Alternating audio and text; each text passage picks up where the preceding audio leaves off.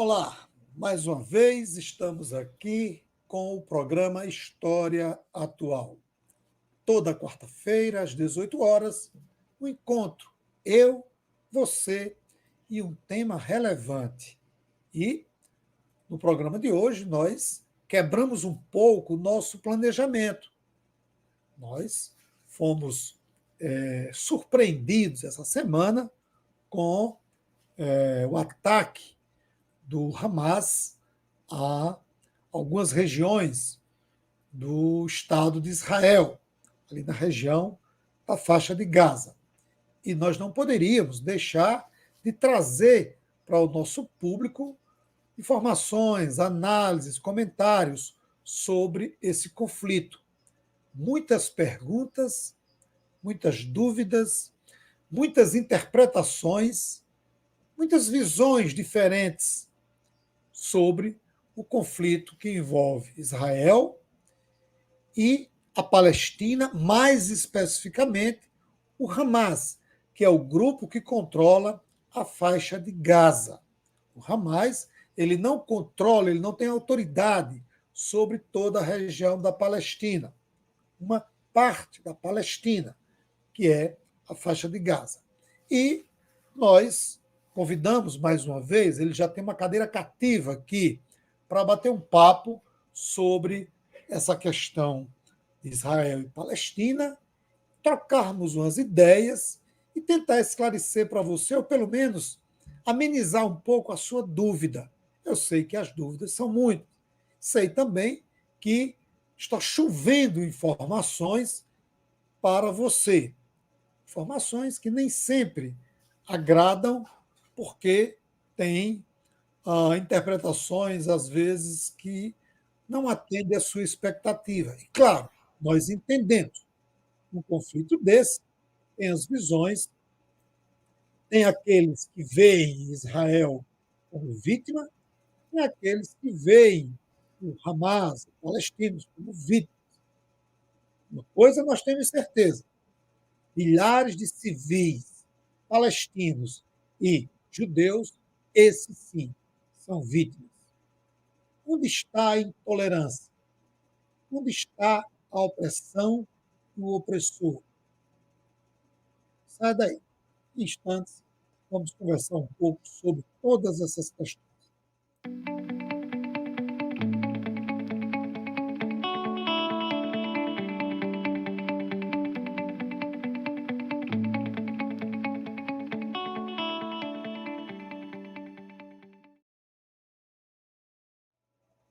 Mais uma vez, no programa de hoje, participação de Cristiano Alves, Cristiano Grado.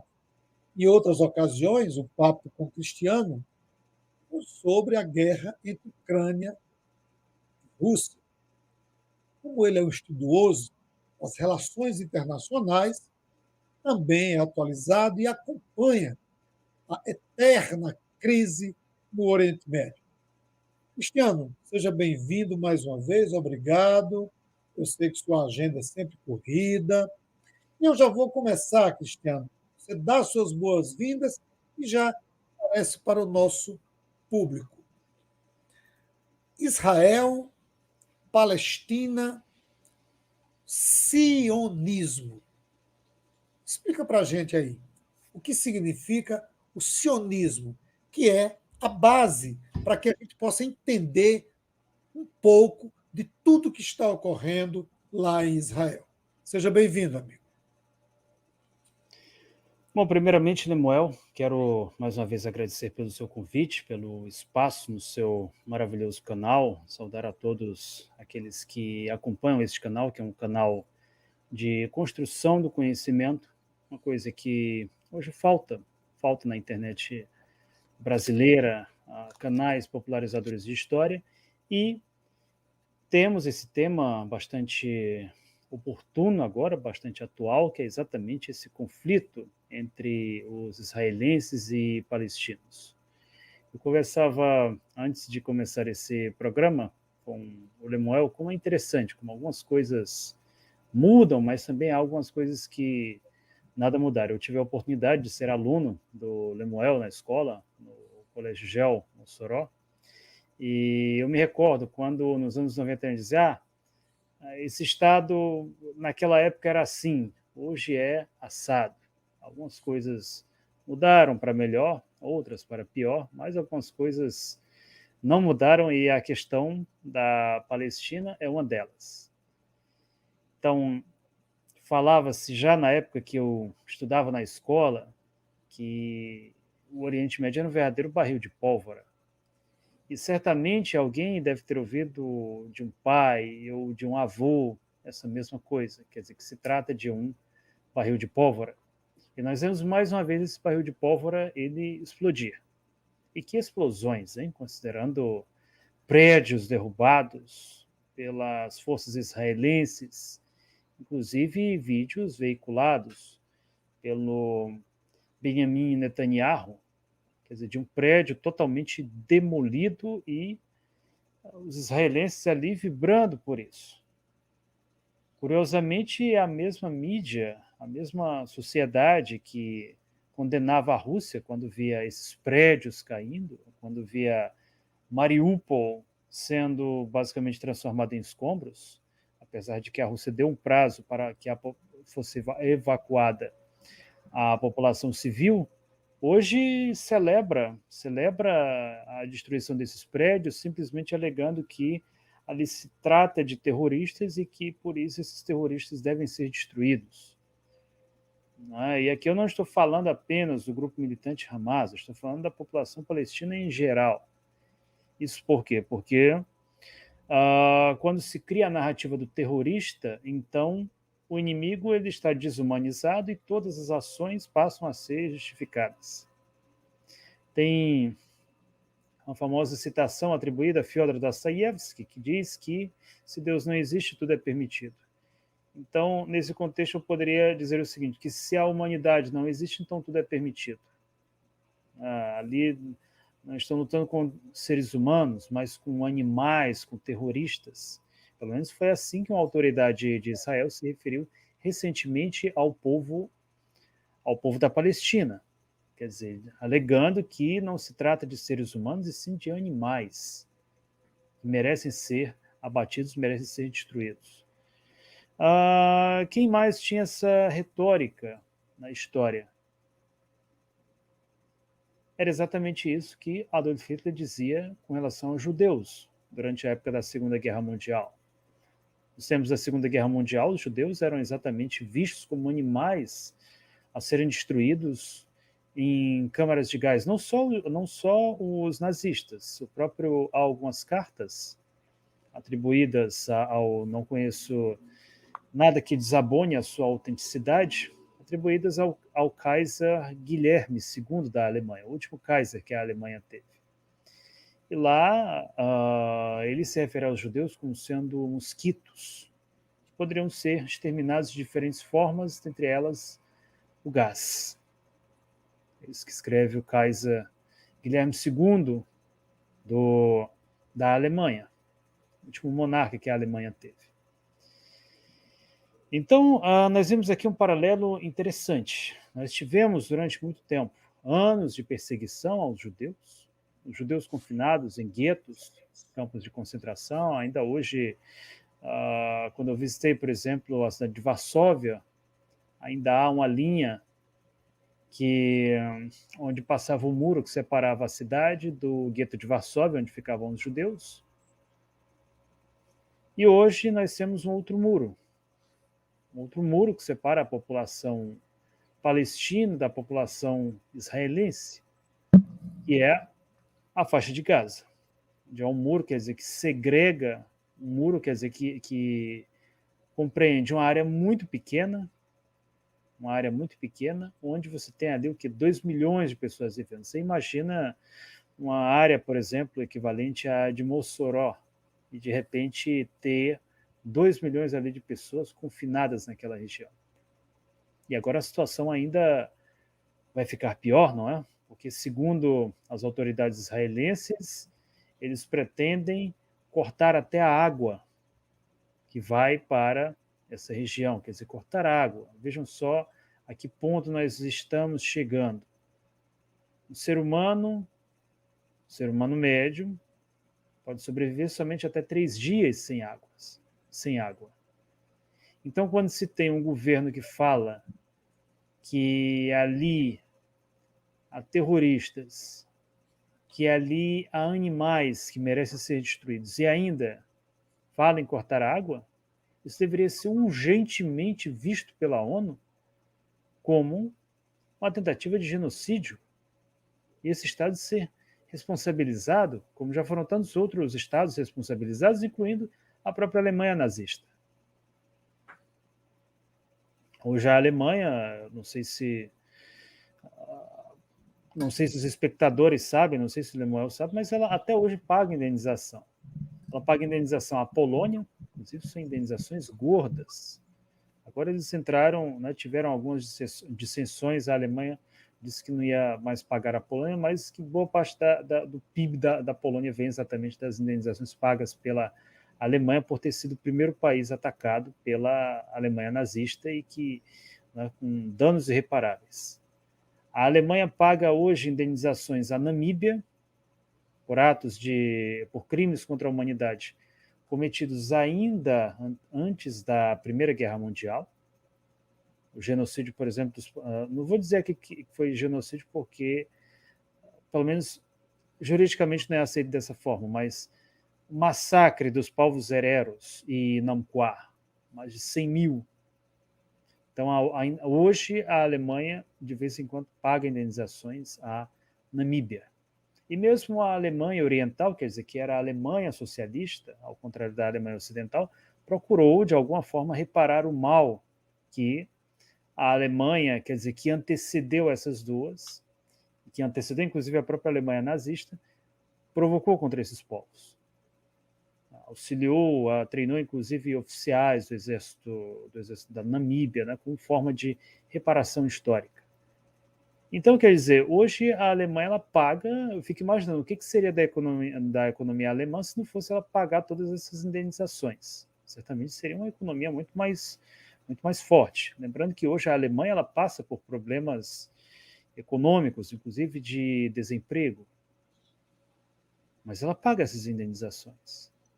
Agora, Israel não. Israel é um país que foi constituído na década de 40 e que hoje não é responsabilizado por nenhum crime de guerra, por tais declarações absurdas, onde você tem líderes que falam abertamente na promoção de um genocídio. Agora, isso por quê, Lemuel? O Estado de Israel, é muito importante, antes da gente falar desse Estado, entender uma coisa. Muita gente hoje, quando ouve falar de Israel, então recorre logo à lógica religiosa. Não, porque a Bíblia diz que Israel... Não, mas porque a Bíblia diz assim? Não, mas o que está escrito na Bíblia? Você querer comparar Israel hoje com Israel de 4.000 anos atrás é como você querer comparar, por exemplo, não sei, talvez Portugal, que hoje é uma república, que hoje é uma democracia, com a mesa Portugal do rei Dom João VI. Né? Sendo que o povo português sempre esteve ali naquela região. Enquanto que Israel, a realidade é bem diferente. Israel foi dominado pelo Império Romano, tornou-se uma província do Império Romano, teve vários dos seus templos destruídos, dentre eles o mais importante deixou ainda a sua marca na história, quer dizer, o Muro das Lamentações, é um dos resquícios do que sobrou o templo mais importante para o povo judeu, mas o Estado em si foi dominado, os judeus se difundiram por diversas partes do mundo e esse Estado simplesmente deixou de existir. Aí acontece a Primeira Guerra Mundial, na qual a Tríplice Entente acabou vencendo, Tríplice Entente que era então liderada pelo Reino Unido, quer dizer, pelos ingleses, e a Inglaterra, quer dizer, o Reino Unido, pela sua vitória, acabou lembrando, né, que um dos lados combatentes era o Império Turco. O Império Turco que, por sua vez, acabou, A Primeira Guerra Mundial foi uma guerra que acabou com vários impérios, entre eles o Império Turco, que tinha o controle daquela região. Lembrando que anteriormente nós tivemos diversos impérios naquela região. Por exemplo, o Império Bizantino, tivemos o próprio Reino Latino de Jerusalém, quer dizer, os cruzados invadiram, tomaram, ocuparam durante algum tempo o Império Árabe. Então foram diversos impérios que tiveram a sua senhoria sobre aquela região e que absolveram aquela região, transformando numa mera província, digamos assim. Então, voltando aqui para o século XX, acontece a Primeira Guerra Mundial, os britânicos saem como os grandes vencedores, por assim bem dizer, e acabam dominando aquela região, organizando seus assentamentos. Acontece a Segunda Guerra Mundial, na qual os judeus sofrem um dos maiores crimes contra um genocídio, melhor dizendo. Não é somente crime contra, mas um genocídio, que é o Holocausto. Então, já existia antes a discussão sobre a formação de um Estado judeu. A própria União Soviética havia tomado essa iniciativa, criando a República Autônoma de Birobidzhan. Eles pegaram um trecho nos Urais, região ali dos Montes Urais, criaram, convidaram inclusive judeus das mais diversas partes do mundo para formar ali uma verdadeira Palestina soviética, digamos assim, e até formaram, mas havia um pequeno problema, como diversos outros problemas relacionados com assentamento tanto no Império Russo quanto na União Soviética, mesmo na Rússia hoje. A Rússia é um país muito grande, mas que tem algumas áreas muito pouco habitadas. Então, eles muitas vezes oferecem terras, mas muitas vezes aquela região ela fica muito isolada do restante do mundo, fica muito distante. Então, esses projetos de colonização sempre foram um desafio. Eles chegaram a constituir essa região autônoma, região que até hoje existe até hoje existe essa região administrativa na Rússia, mas não foi dada a mesma ênfase que se deu, por exemplo, quando foi constituído o Estado de Israel. Foi um Estado constituído, quer dizer, após a Segunda Guerra Mundial, um projeto que contou, inclusive, com o apoio da ONU, e contou principalmente com o próprio papel do Império Britânico, e que, na época, Stalin ele via as coisas de uma forma bastante pragmática. Ele raciocinava da seguinte forma: muitos judeus estão falando hoje em criar um Estado de Israel, um Estado autônomo. Então, a União Soviética libertou milhões de judeus de campos de concentração. Se nós apoiarmos esse projeto, nós vamos conseguir um aliado no Oriente Médio. Então, era um raciocínio bastante simples e de modo que a própria União Soviética se tornou um dos estados que votou, quer dizer, pela criação do Estado de Israel. Só para se ter uma ideia, um fato curioso, pouca gente sabe disso, mas há fotos, há registros históricos de comemorações, por exemplo, da vitória sobre o nazismo em Israel, até hoje, inclusive. Por sinal, eu tenho, inclusive, certificados de agradecimento de um clube de recreação histórico-militar da Segunda Guerra Mundial, participei desse evento, e um clube exatamente de Israel, que há muitos descendentes de pessoas que combateram na Segunda Guerra Mundial lá, muitos descendentes e até cidadãos soviéticos, por assim bem dizer, quer dizer, pessoas que nasceram na época da União Soviética. Então, inicialmente, havia realmente essa proximidade de Israel com a União Soviética. O próprio kibbutz, quer dizer que é a agricultura coletiva de Israel, ele era inspirado no kolhoz soviético, experiência que até hoje é considerado um modelo, por sinal, um microcomunismo, por assim bem dizer. Até mesmo o aniversário de Stalin era comemorado em Israel. Então, quer dizer, dado o nível de agradecimento da época dos novos habitantes de Israel para com o papel da União Soviética, até se dizia glória a Stalin e a Ben-Gurion, que foi um dos fundadores do Estado de Israel. Então, a princípio, não era uma má ideia a criação do Estado de Israel. Lembrando que esse Estado, quer dizer, ele já não tem mais nada a ver com aquele Estado referido na Bíblia, não é? Porque na própria composição étnica do Estado de Israel há pessoas de diversas partes do mundo, africanos, soviéticos, eslavos, germanos, pessoas que se misturaram, pessoas que, ao longo da história, adotaram o judaísmo, né, que se tornaram, por religião, judeus e que acabaram se locomovendo, né, acabaram se mudando, melhor dizendo, para aquela região de Israel. E, ao mesmo tempo, também havia a proposta de se criar um Estado palestino.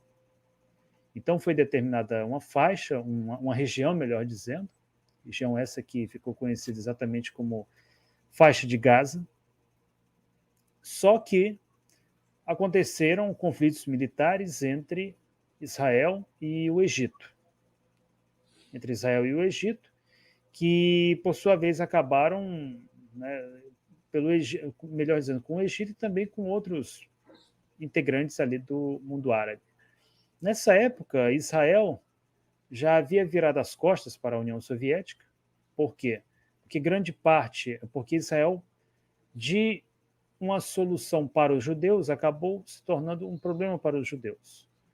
Nós sabemos que os judeus, como qualquer povo, nós temos diferentes pessoas, né? Vamos pegar aqui, no caso, o povo brasileiro. Nós temos pessoas humildes, trabalhadoras, que muitas vezes têm uma determinada visão de mundo, que têm uma determinada avaliação de suas necessidades. E nós temos brasileiros que muitas vezes são donos de grandes complexos industriais, de grandes empresas, e que muitas vezes já têm uma visão diferente. Mesmo se a gente pegar, por exemplo, a religiosidade popular, grande parte da população brasileira é o quê? É católica, neopentecostal, talvez. Mas quando se trata das elites financeiras do Brasil, a coisa já é um pouco diferente.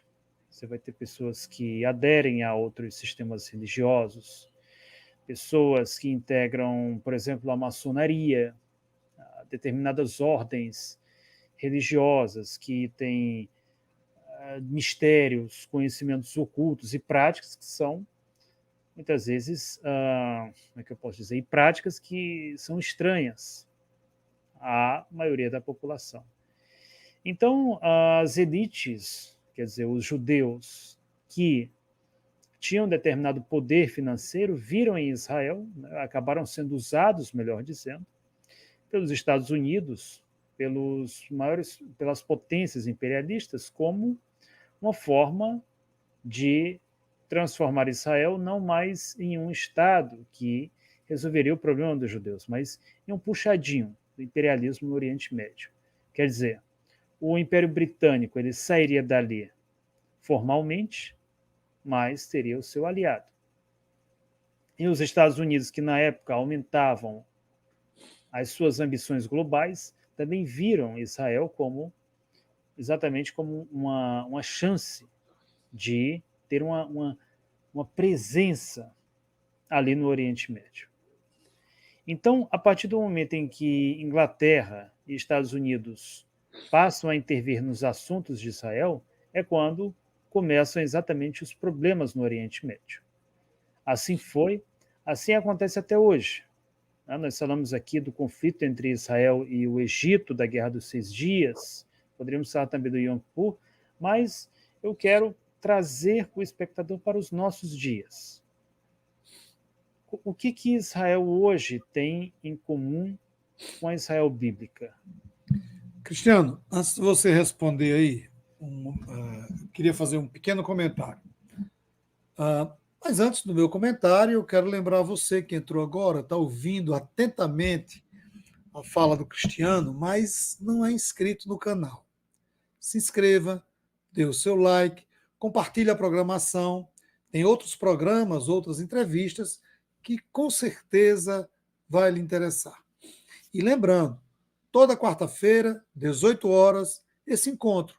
Nós temos um assunto, nós temos um entrevistado, um assunto do seu interesse, uma informação ligada à história, atualidade, economia, meio ambiente, política, tudo isso para você.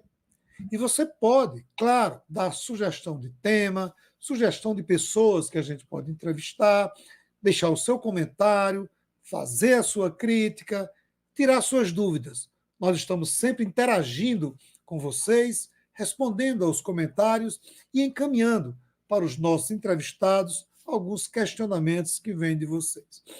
Cristiano fez aí uma retrospectiva histórica e vale lembrar, e Cristiano colocou bem, os judeus que se dirigiram, que migraram para a região da Palestina para fundar o Estado israelense, eram judeus que vinham de várias partes do mundo. E lembrando, o movimento sionista, que teve início no final do século XIX, né, que era exatamente na perspectiva de se construir um Estado de Israel. E, naquela época, dentro das discussões desses judeus, existiam outras regiões do planeta que eram ventilados para ser o Estado judeu. Por exemplo, o Chipre, a Patagônia Argentina, Madagascar, Congo, Uganda, seriam regiões que passavam pelas discussões de judeus de onde instalar esse Estado. Mas aí, nem todo judeu é sionista. Existem muitos judeus, existia naquela época muita discussão de que, para a sobrevivência dos judeus, não precisaria necessariamente se ocupar um território e ter um Estado israelense. Os judeus poderiam se adaptar, se integrar a qualquer sociedade que ele vivesse, seja norte-americana, belga, alemã, russa, inglesa e por aí vai. Então, tinha uma parte dos judeus que não concordavam, que achavam que o movimento sionista não precisava nem existir. Mas venceu aquele grupo que defendia a criação do Estado de Israel. Aí vem essa influência bíblica, que você colocou muito bem. Olha para trás, 2.000, 3.000 anos atrás, o que era Israel da Bíblia, o que é Israel hoje. E quando a gente fala hoje, não necessariamente hoje, 2023, mas de 1930 para cá não existia Israel. Não existia. Israel bíblico é passado. Porém, é um passado que, na tradição religiosa, ainda aflora. E a religião, muitas vezes, e quando isso acontece, a gente tem que ter muito cuidado com as nossas palavras, termina provocando um certo desconforto. Por quê? Nas religiões existem sempre aqueles grupos fundamentalistas, aqueles radicais, aqueles extremistas. E são exatamente esses extremistas, seja de um lado ou de outro, que não entendem o diálogo, que não aceitam o diálogo. Os extremistas geralmente agem conforme algo mitológico, algo meio obscuro, sem ter uma certa racionalidade. Aí, Cristiano, você falou da Guerra dos 6 Dias, um pouco do Yom Kippur, tudo isso foram guerras envolvendo Israel e os países ali vizinhos, Egito, Jordânia, Líbia, Síria. E a cada guerra que Israel participava, seja Israel provocando ou reagindo, porque no meu entendimento, a gente pode entender, não, tudo que Israel fez e faz é reação. Mas aí eu também poderia entender que tudo que acontece com Israel é reação. Por quê? Quando o Estado de Israel é criado em 47, aliás, a divisão das terras em 47, um ano depois, Israel se torna independente e cria-se o Estado. A mesma situação não aconteceu para os palestinos. Porque a discussão na ONU em 47 era: vamos dividir o território e criar o Estado judeu e o Estado árabe palestino. Até hoje se espera o Estado Árabe Palestino com a independência e autonomia que todos esperam. Por outro lado, o Estado de Israel tem, e como tem autonomia, inclusive na visão de alguns jornalistas, de alguns especialistas, desenvolvendo uma política colonizadora que é proibido pela Carta da ONU. A colonização é algo que a ONU não aceita.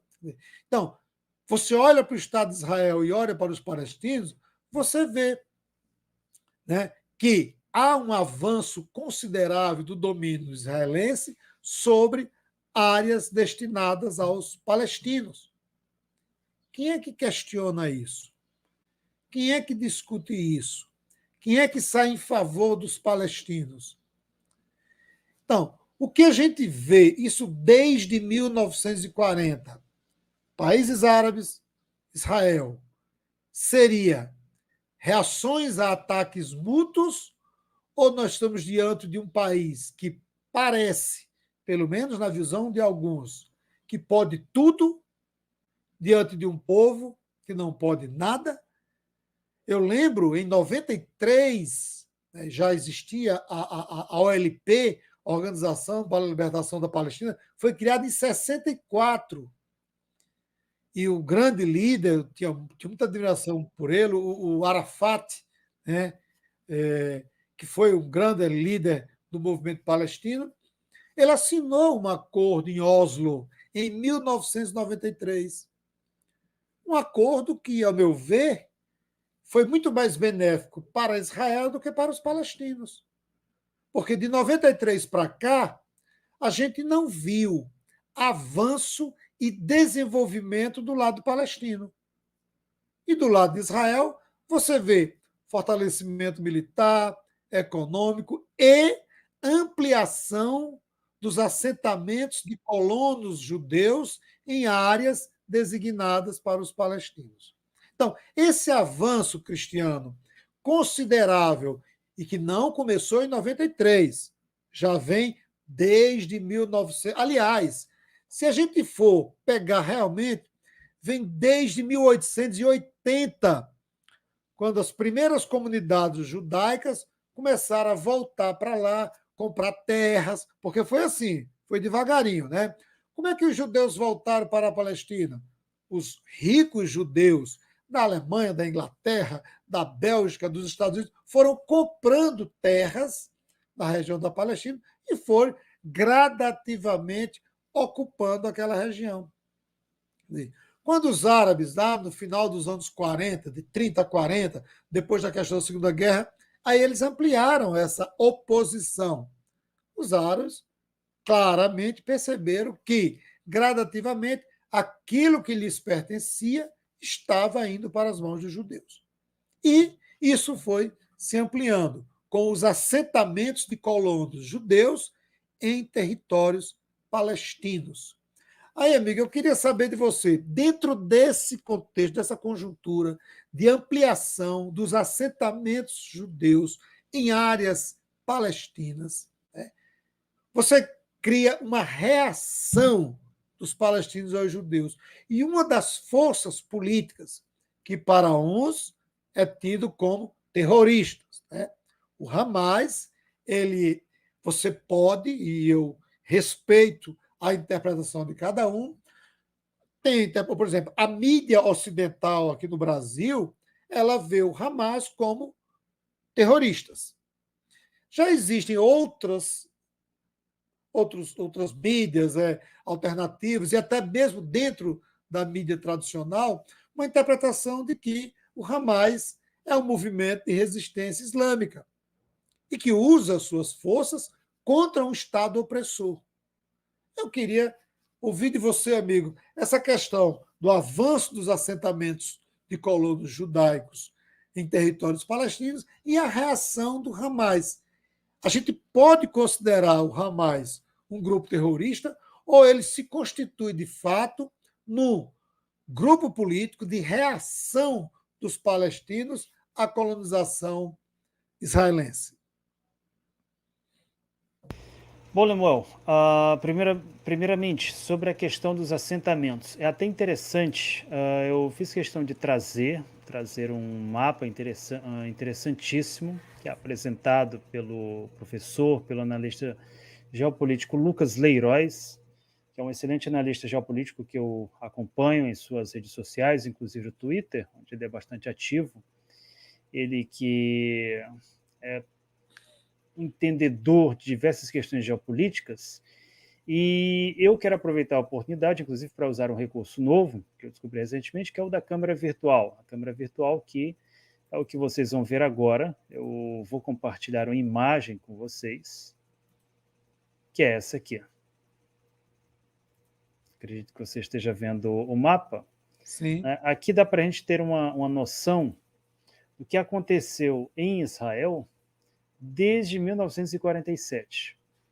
Onde nós vemos aqui em branco os assentamentos destinados aos judeus, quer dizer, esse aqui era o plano original, o plano que era bem visto na ONU, o plano que foi aprovado pela União Soviética, pelo Brasil, sobre a constituição de um Estado judeu.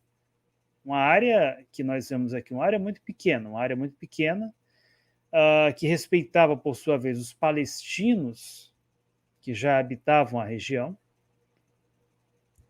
Perdão, isso aqui é a situação em 47. E esse sim, que é o segundo, né, que é o plano da ONU, né, o plano da ONU, no qual nós já vemos uma área considerável em branco, que era a área exatamente que seria a terra israelense, o Estado de Israel.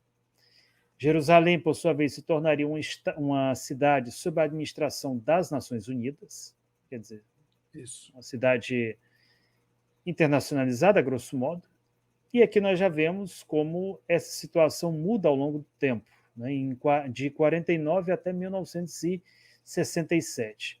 Então vejam só, nós temos aqui em 47 uma área predominantemente palestina, temos o plano da ONU, que por sua vez tinha áreas consideráveis para o povo israelense, como também para o povo palestino. Nós temos já uma mudança que se dá depois da Guerra dos Seis Dias, do Yom Kippur, onde Israel praticamente se consolida, ocupa, né, mais de 2/3 do território, e a situação conforme 2005. São as terras ocupadas por Israel e as terras ocupadas pela Palestina, que a gente vê que é um trecho muito pequeno, né, mas muito pequeno mesmo para uma população, quer dizer, que envolve milhões de pessoas. Aqui eu quero deixar bem claro que eu não sou eu não sou um adepto da ideia, principalmente que alguns militantes pró-Palestina colocam, né, quando dizem assim que o Estado de Israel precisa deixar de existir. Essa postura me parece uma postura bastante surreal, até eu diria. Por quê? Isso aí até fazia algum sentido você falar sobre isso nos anos 50, nos anos 60, talvez, mas hoje o Estado de Israel é fato consumado. Isso. É um Estado consumado, onde tem uma população de milhões, uma população que hoje vive naquela região.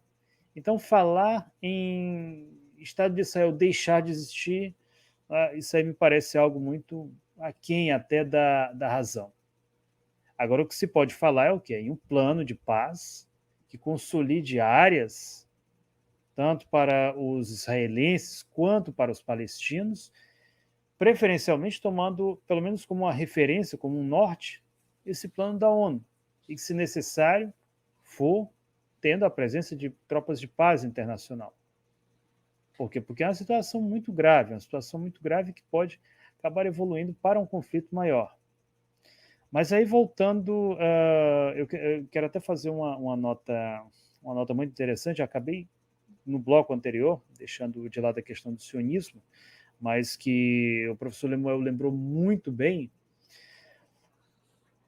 Na Alemanha, no século XIX, Karl Heinrich Marx, um jovem alemão de família de origem judaica, que adotou o protestantismo, converteu-se ao protestantismo.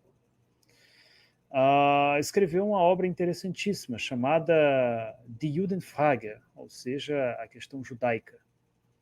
E uma das coisas que ele critica na obra dele era o caráter exclusivista dos judeus. Na época já estava em formação na Alemanha, como também em vários países, um movimento sionista que reivindicava um caráter exclusivista para os judeus. Então, quer dizer, movimento esse que, inclusive, se contrapunha à declaração do homem e do cidadão e que queriam a emancipação não para toda a sociedade, como defendia Marx, mas exclusivamente para os judeus. Então, quer dizer, essa ideia de defender um caráter exclusivista, isso é algo muito antigo e que pessoas, quer dizer, que de certo modo têm uma ligação com os judeus, se colocaram contra. Se colocaram contra porque não faz sentido, quer dizer, você está criando ali um status especial, um status até mesmo com certos poderes especiais para um povo em razão de sua nacionalidade. Hoje existe um movimento sionista, inclusive no Brasil, em vários países, na realidade, né? No Brasil é um deles, que muitas vezes tem essa visão exclusivista no que diz respeito ao judeu. E eu posso até citar um exemplo aqui bastante trivial, que aconteceu uma vez numa rede social, mas que isso aqui é, como se diz, apenas uma amostra grátis do que é esse movimento. Uma vez eu, acompanhando um fórum sobre a Segunda Guerra, lá falava sobre o Holocausto. E aí eu escrevi o seguinte comentário, que o Holocausto era uma das páginas dos crimes cometidos pelos nazistas, né? Inclusive crimes contra a humanidade. Porque houve também outros massacres que foram cometidos contra outros povos, contra ciganos, por exemplo, contra poloneses, contra soviéticos, contra comunistas, contra vários grupos sociais. Eu não falo aqui somente de nacionalidades, mas de grupos sociais de uma forma geral. Sendo que um desses, que inclusive é pouquíssimo lembrado na historiografia ocidental, foi o bloqueio de Leningrado, onde não um campo de concentração foi usado para extermínio, mas uma cidade inteira, na qual você tinha 2 milhões de pessoas, foi transformado num verdadeiro campo de morte e extermínio, mas que ainda assim o povo de lá, quer dizer, continuou combatendo os nazistas e mesmo morrendo de fome, continuou a combater sem se entregar à Alemanha nazista. É uma página que hoje é pouco lembrada nos livros de história. Então eu fiz questão de dar ênfase a esses crimes e um sionista ele rapidamente ficou furioso. Ele começou a escrever numa linguagem bastante agressiva, direcionada à minha pessoa, dizendo que eu era um revisionista, negacionista do Holocausto. Ele disse, não, senhor, eu não estou negando o Holocausto aqui. Eu estou dizendo que foi uma das páginas, foi um dos crimes, mas não o único. Só que ele, né, aí já começou logo a marcar fulaninho, cicraninha, né, botar, como se diz, chamar a tropa dele ali para poder dar alguma espécie de respaldo ao que ele estava escrevendo ali. É uma atitude extremamente medíocre. Isso para um senhor que devia ter, no mínimo, que uns 55 anos, mais um sionista doentio, por assim bem dizer. E você vê muitas vezes essa influência do sionismo em várias áreas, né? Inclusive na cultura. Hoje, se alguém faz, por exemplo, um filme sobre a Segunda Guerra Mundial mostrando os crimes do nazismo, e lá não tem pelo menos um judeu, então já vão logo acusar o autor do filme de antissemitismo, né? De ser racista contra os judeus. Hoje, se um ator, se um diretor faz um filme, por exemplo, até sobre Jesus Cristo, como aconteceu, por exemplo, com o Mel Gibson, então ele já é imediatamente acusado de antissemitismo por mostrar ali, quer dizer, uma coisa que, inclusive, está na própria narrativa bíblica. Então, essa narrativa sionista ela é muito perigosa. Ela é muito perigosa e, infelizmente, ela chega até o Brasil através de determinadas igrejas neopentecostais, igrejas que fazem permanentemente essa associação entre a Israel daquele tempo e o Estado de Israel de hoje. O que isso aí o que inclusive é um erro histórico gravíssimo. Porque se nós pegarmos, por exemplo, textos da Idade Média, a gente vai encontrar lá textos da Idade Média falando em Israel. Só que não no Estado de Israel, não no Estado do Benjamim Netanyahu, mas Israel na Idade Média era como era definido o próprio mundo cristão. Os cristãos, quer dizer, aqueles que acreditavam no cristianismo, né, na Igreja Católica, no caso, no Ocidente da Europa, eles eram referidos como sendo Israel, quer dizer, Israel, que por sua vez significa aquele que luta com Deus. Então, a referência de Israel, ela não é referência ao mesmo tempo factual, quer dizer, de um Estado que existiu há milhares de anos, uma referência simbólica, quer dizer, de pessoas que estariam ao lado de Deus, e hoje também é uma referência política de um Estado que, por exemplo, manteve excelentes relações com a África do Sul, que praticou o regime do apartheid, quer dizer, um regime racista e segregacionista, que Israel, quer dizer, apoiou, esteve ombro a ombro, inclusive auxiliando, tiveram inclusive parcerias quando Israel desenvolveu o seu programa nuclear, e que hoje acaba sendo o quê? Um puxadinho no Oriente Médio. O papel geopolítico de Israel não tem nada a ver com aquela Israel da Bíblia. O papel geopolítico hoje de Israel é o papel de um Estado que faz o quê? Que ataca outros povos, não somente muçulmanos, porque muita gente às vezes pensa assim, não, porque é muçulmano, então não estou nem aí para esses caras. Mas eles atacaram, por exemplo, a Síria. A Síria é um Estado árabe cristão. Árabe não é a mesma coisa que muçulmano. Há muçulmanos cristãos, cristãos católicos, cristãos ortodoxos. O Bashar al-Assad, por exemplo, ele é um presidente cristão. E aí vem uma indagação que eu sempre gosto de fazer a essas pessoas que idealizam o Estado de Israel. É que nós sabemos que na Síria, há um pouco mais de 10 anos, estourou uma guerra civil. Uma guerra civil que, inclusive, contou com a participação de organizações reconhecidamente terroristas, como, por exemplo, o ISIS, o ISIL, para não falar de outros grupos menores, grupos reconhecidos por vários países, inclusive a própria Rússia como terrorista, e a Síria estava lutando contra esses grupos. O que Israel fez? Israel, que algumas pessoas hoje veem como a defensora dos cristãos. Será que Israel agiu em defesa dos cristãos sírios? Não. Israel, anualmente, de acordo com algumas estatísticas que eu consultei, lançou mais de 100 ataques aéreos contra a Síria, mais de 100 ataques aéreos. Ataques contra, por exemplo, contra aeroportos, instalações militares e civis. Então, quer dizer, nós temos um Estado que realmente luta contra os reais terroristas, que é o caso da Síria. Estado esse, por sua vez, aliado ao Irã, a Síria tem excelentes relações com o Irã, e que Israel, quer dizer, usou essa aliança, essa boa relação da Síria com o Irã para atacar a Síria. Então, quer dizer, onde é que está o Estado protetor de cristãos aqui? As pessoas não podem se iludir, se deixar levar por essas falsas aparências.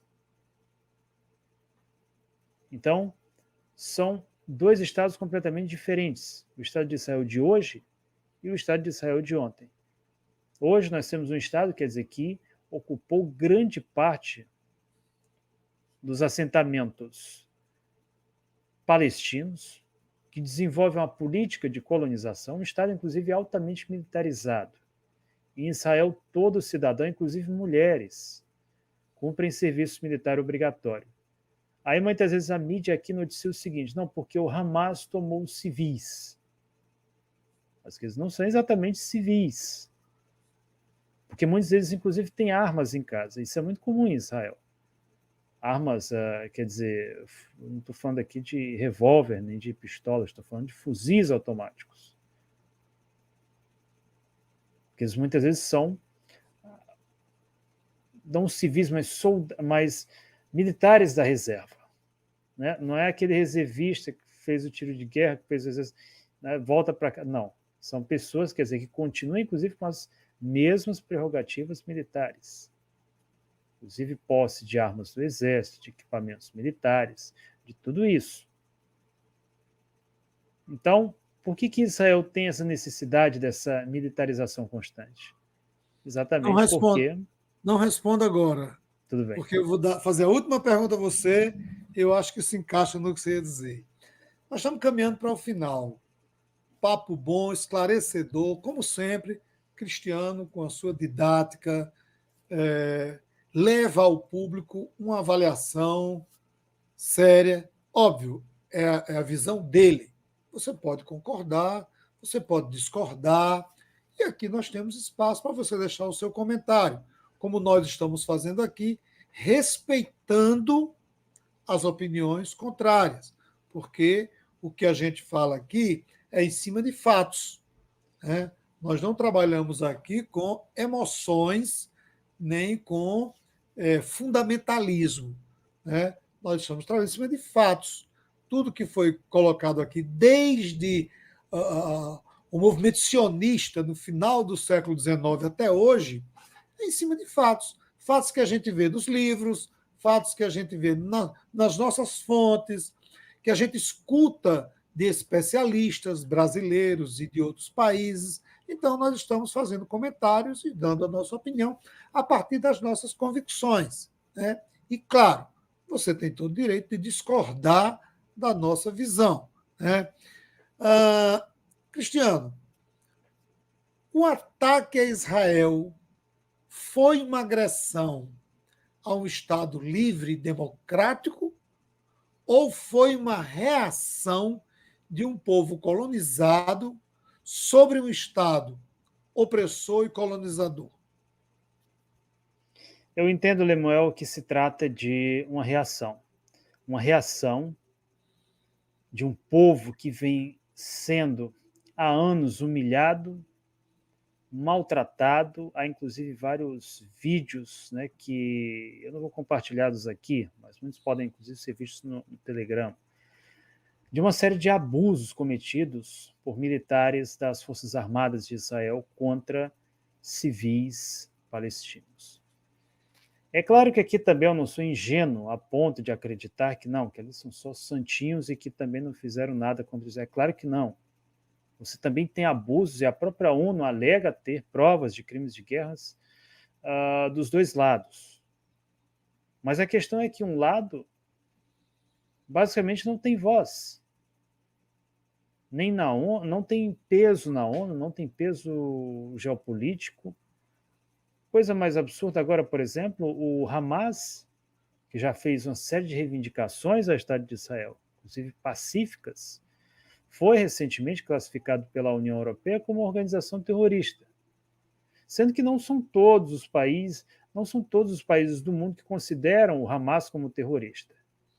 Essa iniciativa ela parte dos Estados Unidos, de Israel e agora da União Europeia, que na prática acabam sendo estados vassalos dos americanos.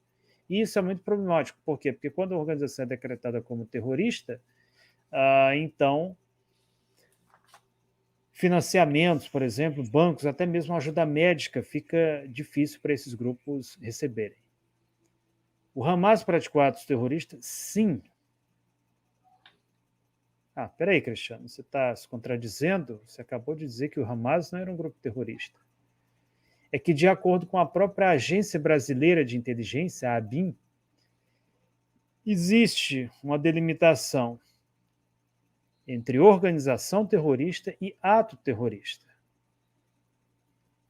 Quando uma quadrilha, por exemplo, uma quadrilha de ladrões chega, explode ali um caixa do Banco do Brasil no interior, leva naturalmente o dinheiro, isso é um ato terrorista. É um ato terrorista, indubitavelmente. Mas isso não faz dessa quadrilha necessariamente uma organização terrorista. porque o fim dela é outro. O fim dela é pegar o dinheiro de caixas eletrônicos, é enriquecer os seus membros. É isso. Uma organização militante, ela pode cometer atos terroristas? Bom, ela não deve cometer, né? Mas eu estou falando aqui do que acontece na história. Elas podem cometer atos terroristas. Agora, será que o fim dela em si é apenas o terror? Como, por exemplo, um ISIL, como o ISIS?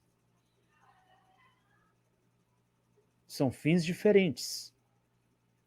E que se o problema aqui é moralismo político, então o Estado de Israel também não fica para trás.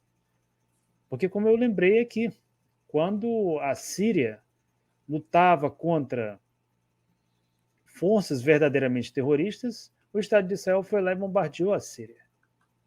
Se trata, quer dizer, de um Estado altamente militarizado, um Estado que tem tecnologia de ponta em suas forças armadas, que preparou, inclusive, militantes neonazistas ucranianos. Eu tenho uma entrevista no meu canal com podemos dizer, oficial da reserva das Forças Armadas de Israel, que é o Ravid Gur. Hoje ele mora na Rússia, inclusive como exilado político, era tanquista nas Forças Armadas, quer dizer, que esses, de repente ele podia estar no Merkava desses aí que foi destruído agora. E ele fala que Israel, quer dizer, embora não tenha apoiado diretamente a Ucrânia, mas preparou, antes do conflito, militantes. Inclusive recebeu, teve muita gente agora do Azov que se mandou para Israel. Lembramos que os pais do Zelensky hoje moram em Israel, moram numa mansão milionária, protegidos por militares britânicos, hoje moram em Israel. Eles, inclusive, são judeus, o próprio Zelensky, naturalmente. Recentemente houve, né, inclusive, a tentativa do Estado de Israel de intermediar o conflito, solicitando a Vladimir Putin que não matasse Zelensky. Então, quer dizer, é um Estado que tem um peso geopolítico muito grande, que esse peso geopolítico, ele muitas vezes acaba sendo para atitudes ilícitas, atitudes até mesmo repudiáveis.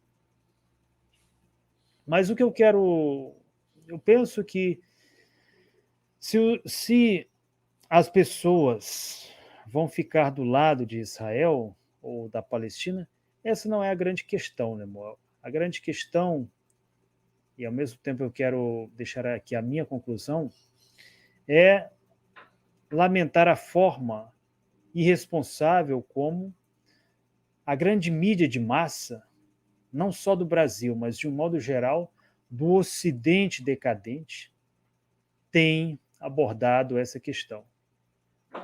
E exatamente para ilustrar esse meu pensamento, eu quero fazer uma exposição rápida de umas postagens de uma blogueira que eu acompanho desde a época do conflito na Síria, uma moça muito inteligente, muito bonita, jovem, muito bonita também, que eu gosto de acompanhar, que é a garota síria, Syrian Girl. Acredito que vocês estão vendo aqui nessa tela. Deixa eu mostrar aqui rapidamente agora é X, né? Agora não é mais Twitter, agora se chama X. Aqui tem uma foto dela, a Partisan Girl, jornalista, cientista e contribuinte. Ela tem um canal excelente no Telegram.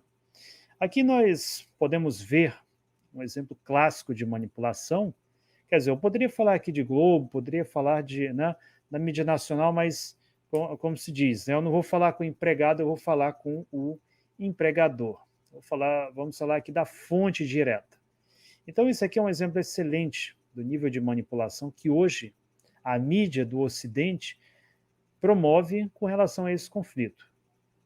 Veja só, aqui temos em inglês da BBC News, mais de 500 pessoas morreram em Gaza após os ataques aéreos retaliatórios massivos de Israel. Então, vejam só, o que propõe aqui a sentença. Mais de 500 pessoas morreram Mais de 500 pessoas morreram. Todo mundo aqui deve ter um avô que morreu, né, de ataque cardíaco, de, sei lá, enfim, de alguma coisa. Provavelmente todo mundo conhece aqui alguém que morreu. Aí vem o segundo parágrafo. Mais de 700 pessoas foram mortas em Israel desde que o Hamas lançou seus ataques no sábado. Quer dizer, quando o Hamas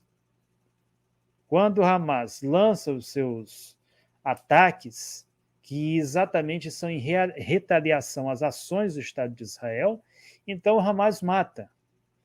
Só que quando Israel lança ataques aéreos retaliatórios massivos, entenda-se, lançamento de bombas de alta precisão e alto poder de destruição, então 500 pessoas morrem. Elas não são mortas, elas não são assassinadas. Elas morrem, né? Então aqui, 600 pessoas foram assassinadas em Israel. 500 pessoas morrem em Gaza.